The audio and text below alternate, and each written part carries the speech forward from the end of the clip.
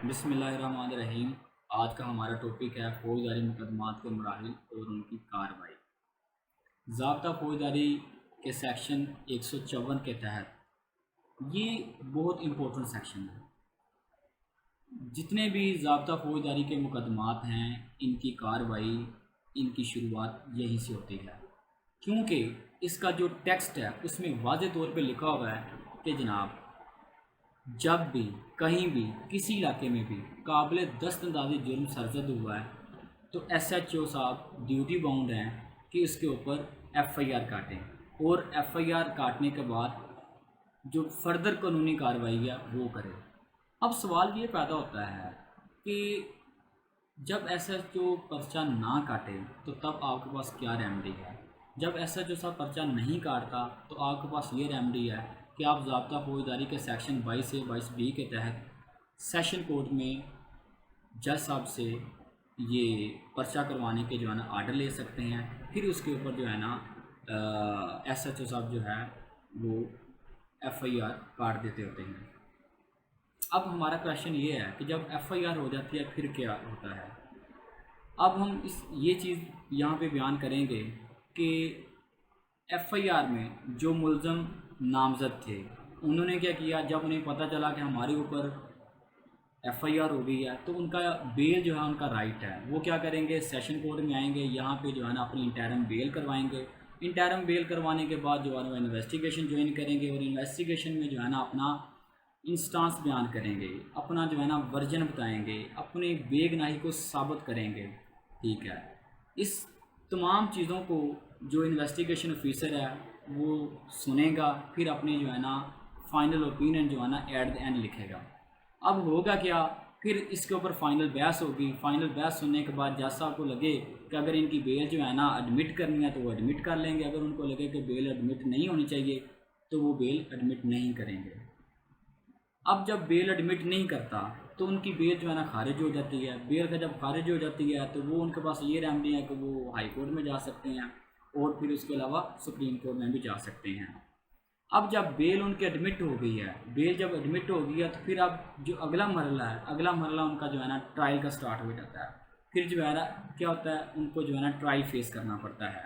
अब हम ये बात करते हैं बिलफर्ज 22 से 22B में मुस्तगीज़ को FIR के आर्डर नहीं मिले, दैन उसके पास क्या रेमेडी है, वो हाई कोर्ट जा सकता है, फिर उसके बाद सुप्रीम कोर्ट भी जा सकता है। अगर वहाँ पे भी उसको रिलीफ नहीं मिला तो वो फिर क्या करेगा, वो ज़ाब्ता फौजदारी की दफ़ा 200 के तहत वो इस्तगासा दायर करेगा। इस्तगासा मजिस्ट्रेट के सामने जो है ना पेश किया जाता है, अपनी एप्लीकेशन बंदा लेके जाता है, वहाँ पे उसके साथ जो है ना 2 आपके गवाहान होते हैं। आपने वहाँ पे जो है ना अपना जो वर्जन है, अपनी बात जो है ना मजिस्ट्रेट को बतानी होती है। मजिस्ट्रेट जो है ना आपकी बात सुनने के बाद अगर उसको लगे कि ये वाकई जेन्युइन मुकदमा है और वाकई ये एग्जैक्टली एग्जिस्ट भी करता है तो वो क्या करेगा, आपका इस्तगासा जो है ना अलाउ कर देगा और दूसरी पार्टी को जो है नोटिस कर देगा। नोटिस होने के बाद जो है ना ऐसे ही जो है ना पूरा मुकम्मल जो है ना ट्रायल की तरह उसके अंदर जो है ना शहादत होगी, बहस होगी, फिर जो है ना उसके ऊपर जो है ना जजमेंट आएगी। अब बात ये करते हैं बिलफर्ज, उसकी ज़मानत जो है कैंसिल हो गई है तो तब उसके पास क्या रेमेडी है। तब वो क्या करेगा, पुलिस उसको गिरफ़्तार कर लेगी। पुलिस उसको गिरफ़्तार अगर कर लेती है तो पुलिस ने 24 घंटे के अंदर अंदर मजिस्ट्रेट के सामने पेश करना होता है और अगर उनकी जो है ना इन्वेस्टिगेशन और पूछताछ मुकम्मल हो गई है तो वो फिर क्या करेंगे, जज साहब जो है उसको जुडिशल कर देंगे। अगर उनकी ये पूछताछ मुकम्मल ना हो, मिसाल के तौर पे कोई रिकवरी जो है ना वो कह रहे हो कि हमसे जो है ना मज़ीद इनसे रिकवरी मतलूब है तो या मज़ीद इन्वेस्टिगेशन अभी करनी है हमने, तो फिर जज साहब क्या करते हैं, रिमांड जो है ना चंद दिनों के लिए 2 या 3 दिनों के लिए रिमांड दे देते हैं। आमतौर पे रिमांड जो है ना 14 दिनों का होता है, लेकिन जज साहब ने सुप्रीम कोर्ट के जो है ना इसके ऊपर लाज हैं, इसके ऊपर केस लाज हैं जिसमें लिखा हुआ है कि आपने जनाब ये 14 दिनों का जो रिमांड है आपने इसको वक्फे से देना है। कभी 1 दिन, कभी 2 दिन, कभी 3 दिन, कभी 4 दिन, इस तरीके से जो है ना आपने 14 डेज़ मुकम्मल करने होते हैं।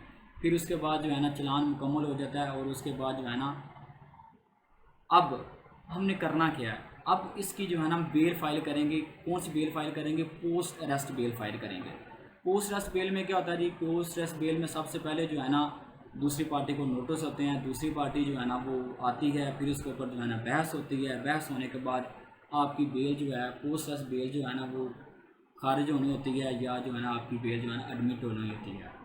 मिसाल के तौर पे अगर आपकी बेल यहाँ पे खारिज हो गई है, मजिस्ट्रेट की कोर्ट में खारिज हो गई है, देन आप सेशन कोर्ट में मूव करेंगे। अगर वहीं पे भी आपको रिलीफ नहीं मिला फिर आप हाई कोर्ट में करेंगे। अगर वहीं पे भी नहीं मिला तो देन आप जो है ना सुप्रीम कोर्ट तक की जो है ना रेमडी अवेल कर सकते हैं।